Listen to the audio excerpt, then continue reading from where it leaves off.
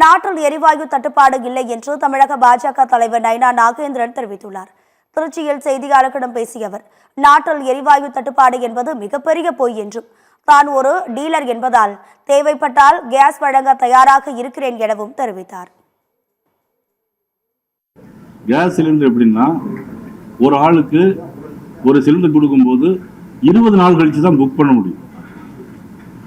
ஒரு சிலிண்டர் கொடுக்கும்போது 30 நாள் 40 நாள் வரைக்கும் போகும். ஒரு வீட்டில் 20 நாள் கழிச்சு தான் புக் பண்ண முடியும் சர்வர். இப்போ நீங்கள் வந்து இன்னைக்கு ஒரு சிலிண்டர் வந்துட்டு உடனே புக் பண்ணால் உங்களுக்கு கிடைக்காது. சர்வர் சிஸ்டமே அப்படிதான். ஏன்னா நான் கேஸ் டீலர், அதனால் நான் சொல்கிறேன். தட்டுப்பாடு எங்கேயுமே கிடையாது.